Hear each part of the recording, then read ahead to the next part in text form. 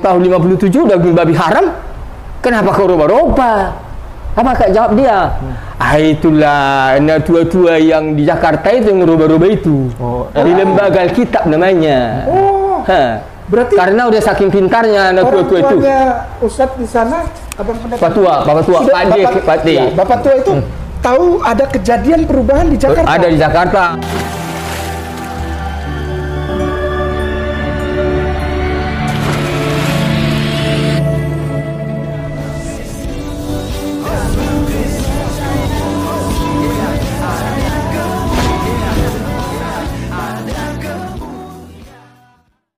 Bismil abi wal ibni wal rohil kudus ilahu wahid. Pada video kali ini teman-teman sekalian kita akan ini si buala ini ya, burung merpati teman-teman sekalian. Ya, kita akan bahas mengenai Ustadz Ahmad Kainama, dan juga ada seorang yang katanya beragama. Oke, cek 1 2. Cek 1 2, dicoba. Cek. Bismillah abi wal ibni wal rohil kudus ilahu wahid. Ya. Aduh, ini terganggu, tapi tidak apa-apa teman-teman. Kita lanjut. Ini burung merpati, namanya si buala ya teman-teman sekalian. Ini kebetulan kemarin saya lagi debat agama, memberitakan Injil di TikTok, dan tiba-tiba dia ini naik ke kepala saya dan juga ke bahu saya gitu ya. Ya, ini sangat jinak sekali. Ini burung merpati jinak sekali. Ini punya orang, tapi saya sudah minta ya, teman-teman sekalian, dan dikasih gratis ya. Saya kasih uang tapi dia bilang udah bawa saja, tidak apa-apa, saya kasih. Nah, teman-teman sekalian, kita akan membahas mengenai Ustadz Ahmad Kainama dan Ibu Ngatria, dan juga salah seorang orang Batak ini ya, yang mengganggu kekristenan ya, bahkan yang menistakan ajaran kekristenan gitu, menafsirkan bahkan menuduh seenaknya saja ya tentang Tuhan Yesus Kristus. Nah, sekarang kita langsung saja menyimak video mereka yang ada berikut ini. Oh tua, mana di luar tahun 81? Saya 81 ya. Aku kan 1985. 1981 kita yang saya pegang bahasa Indonesia. Oh tua, mana di luar tahun 1957 daripada 1981? Ya 57 lah kedan katanya. Kedan itu biasanya anakku ya. Jadi ini yang tahun 57 daging babi haram, kenapa kau roba-roba? Apa kak jawab dia? Itulah tua-tua yang di Jakarta itu yang roba-roba itu. Di lembaga Alkitab namanya. Berarti karena udah saking pintarnya anak tua-tua itu. Ustadz di sana, abang pendapat. Bapak tua, Pak D. Ya, Bapak tua itu tahu ada kejadian perubahan di Jakarta. Ada di Jakarta. Itu bapak tua itu, pendeta tua itu Jakarta, katanya saking udah pintar, ilmunya udah banyak, dirobah itu supaya lebih pas katanya kepada kemauan sekarang. Oke, teman-teman sekalian, itulah salah satu video yang kita sudah lihat bersama. Dan teman-teman, dikatakan di sana ya oleh mereka ini bahwa Alkitab itu sudah dirubah-rubah karena tahun 1957 katanya itu kan babi itu haram ya kan, haram. Lalu kenapa dirubah-rubah katanya? Ya, katanya bapak tuanya bilangnya rubah-rubah itu adalah lembaga Alkitab Indonesia. Nah, teman-teman sekalian, sebenarnya begini, tidak ada yang berubah. Yang berubah itu adalah terjemahan ya, terjemahan daripada Alkitab. Karena itulah tujuan daripada terjemahan. Itulah tujuan teman-teman sekalian adanya penerjemah Alkitab itu ke setiap bahasa-bahasa yang ada di dunia ini. Nah, ingat bahwa yang berubah adalah bahasa Indonesia. Yang dulunya berbahasa Melayu, yang masih pakai misalnya Soekarno pakai Soekarno gitu ya. Nah, di terjemahan baru itu sudah tidak lagi pakai Soekarno gitu ya, tapi pakai Soekarno langsung begitu ya. Ya, misalnya Tuhan Yesus, Toe Yesus gitu ya. Toehan begitu ya. Jadi U itu OE begitu. Nah, ini yang berubah-berubah sehingga Alkitab itu mengalami namanya revisi terjemahan. Tapi ingat teman-teman sekalian, bahasa asli Alkitab yaitu bahasa Ibrani dan bahasa Yunani itu tidak pernah berubah. Ya, tidak pernah berubah, tidak pernah, ya kayak burung merpati ini setia teman-teman sekalian. Ya. Tidak, tidak dirubah-rubah oleh orang Kristen, Ibrani dan Yunania. Tapi yang selalu dirubah oleh lembaga Alkitab Indonesia, untuk menyesuaikan bahasa untuk saat ini supaya mudah dimengerti, itu adalah terjemahan. Nah, kedua, yang harus dipahami juga teman-teman sekalian, ya, yang harus dipahami bahwa babi itu dalam Imamat pasal 11 dari zaman pertama kali Alkitab dicetak sampai pada sekarang ini yang terjemahan itu dalam Imamat pasal 11 itu masih babi itu tetap diharamkan kok. Tapi bukan berdasarkan itulah. Apakah sudah dihalalkan, sudah ditiadakan kata haram dalam Alkitab sehingga orang Kristen makan babi? Tidak. Bukan itu dasarnya. Ya, jadi dasar orang Kristen karena kita bukanlah orang Yahudi. Karena hukum itu, ya, hukum seremonial itu adalah diperuntukkan kepada orang-orang Yahudi. Ya, karena hukum-hukumnya tidak diberikan kepada bangsa-bangsa lain. Nah, itu dia teman-teman sekalian. Jadi kita hidup di bawah hukum Kristus, kasih karunia. Nah, sekarang teman-teman sekalian kita lanjutkan dulu mendengarkan ocehan mereka berikut ini. Kapan-kapan Pak Pendeta saya ajak untuk main ke kantor LAI di Jakarta.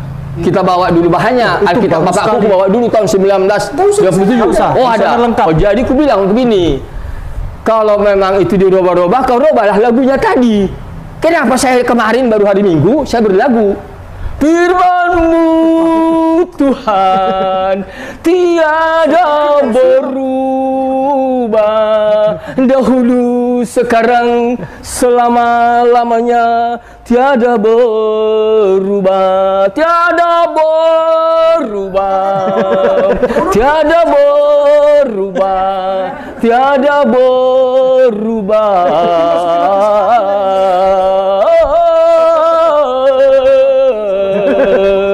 Tiada berubah. Tapi kenapa kau rubah Pak Pendeta? Masalahnya di situ. Demilah di saya.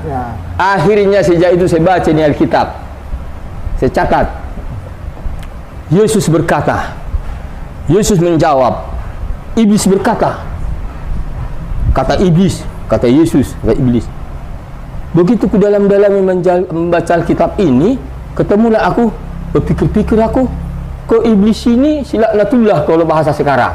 Oleh sana si Boris pertanduk nasohasea yang kurang ajar, yang tidak benar, pembangkang, perusak, jahat sekali. Tapi berpikir aku begini, iblis membawa Yesus ke gurun pasir. Satu kasus. Satu lagi ada lagi, iblis membawa Yesus dan menaruhnya di bubungan gereja. Bahasanya begitu. Maksudnya Yesus ini ditaruh di palas-palas gereja, di atap gereja yang tingginya itu. Kuberikan semua dunia ini sama kau. Yang aku bukan masalahkan omongannya. Yang aku berpikir aku membaca itu, kenapa iblis membawa Yesus? Iblis ini kan udah najis, kotor, pendosa besar, pemula dosa, pemantik awal pertama kali. Semula-mulanya, pada mulanya Allah menciptakan langit. Kalau ini pada mulanya yang memulai dosa itu si iblis laknatullah inilah, iblis Boris pertanduk, ya kan? Ular naga tua, kalau ada di Alkitab juga kan, si ular naga tua. Nah, akhirnya orang mencari yang pertama orang ketemukan itu yaitu yang tadi Abang Pendeta cerita ketika Matius 4 ayat 10. Matius 4 ayat 10 itu terus sampai ke 11-12 menceritakan tentang bahwa Yesus digendong iblis. Orang makin sedih kan orang Kristen. Orang Kristen makin sedih. Kenapa? Kok Tuhanku digendong sama bawa iblis. Digendong-gendong bener. Saya terpukul Bang. Begitu Abang ngomong tadi, sebetulnya saya terpukul. Saya sungguh terpukul. Kenapa? Berarti si Abang mengalami yang semua orang tahu. Karena si Abang ini ada di itu setelah saya langsung sendiri membaca Alkitab bahasa Indonesia, bahasa Batak, bahasa Inggris. Sayangnya Abang, hal itu digambar, boleh. Ini sebetulnya menyedihkan. Kenapa? Jemaat melihat gitu sedih. Kenapa? Yesusnya digendong setan. Nah, kan? Padahal setan itu makhluk jahat yang kotor, pendosa besar. Iblis kan najis. Kok dia yang bawa Yesus kemana-mana? Yesus itu Tuhan. Kenapa kok yang suci kalah sama iblis digendong? Yang lukis ini prater besar. Oh, yang melukis ini gambar ini? Iya, Udah ada nih gambar ini. Dari tahun Kukira hanya di YouTube ini ada. 1500 Udah dilukis. lukis itu. Subhanallah, Maha Suci Allah. Iya, berarti kan tahu orang-orang Kristen banyak yang sedih. Kenapa? Tuhanku kok begini gitu. Ya, teman-teman sekalian, kalau kita mendengarkan ya dan menonton apa yang mereka bincangkan, ini sebenarnya udah masuk dalam ranah penistaan agama. Apa urusannya dengan orang Kristen? Kenapa kemudian mereka mengarang cerita ya? Karena mereka ini tidak jauh beda ya dengan Ustadz Ahmad Kainama. Mereka sama saja teman-teman sekalian. Buala, jangan di situ dulu buala. Ini saya punya burung merpati ini namanya buala teman-teman sekalian. Saya kasih dalam bahasa, namanya dalam bahasa saya, buala ya. Artinya yang diberikan secara sukarela ya, secara gratis kepada saya. Jadi saya kasih namanya buala. Nah, saya lanjutkan teman-teman sekalian. Perhatikan baik-baik bahwa Yesus Kristus ya tidak pernah digendong oleh iblis, tapi yang lebih di situ adalah membawa istri ke padang. Setelah pembaptisan ya, iblis membawa Yesus itu ke padang gurun, memperlihatkan segala sesuatunya, keindahan itu, dan dia katakan, aku akan memberikan semuanya itu kepadamu kalau kamu sujud menyembah aku. Kemudian Yesus dicobai kan, ubah batu menjadi roti, kemudian dibawa ke bubulungan bait Allah. Dia bilang, kalau kamu anak Allah ya, jatuhkanlah dirimu ke bawah ya. Tapi Yesus bilang, jangan mencobai Tuhan Allahmu. Nah, jadi teman-teman sekalian, ini mereka putar balik ya. Peristiwa itu mereka putar balik dan lalu mereka mau olok-olok. Termasuk tadi pujian atau lagu ya, tentang firman-Mu tidak berubah ya. Mereka katakan bahwa kenapa juga tidak dirubah itu. Teman-teman sekalian ya, mereka mengatakan bahwa Alkitab itu kan dirubah-rubah oleh tangan manusia. Alkitab itu dirubah-rubah, kenapa juga lagu tidak dirubah? Itu menurut dia. Tapi seperti yang saya katakan tadi di awal, bahwa Alkitab kita tidak pernah dirubah dari bahasa Ibrani dan juga bahasa Yunani-nya. Tapi yang berubah adalah terjemahannya. Karena itulah tujuan terjemahan. Supaya orang bisa mengerti, supaya orang bisa memahami dari generasi ke generasi. Tapi maknanya tidak pernah dipelesetkan. Tetap sama, tujuannya tetap sama. Nah, terkait tentang Yesus yang dibawa oleh Yesus, yang dibilang oleh Ustaz Kainama, iblis menggendong Yesus. Orang Kristen menyesal, orang Kristen kecewa karena baru tahu ayat itu.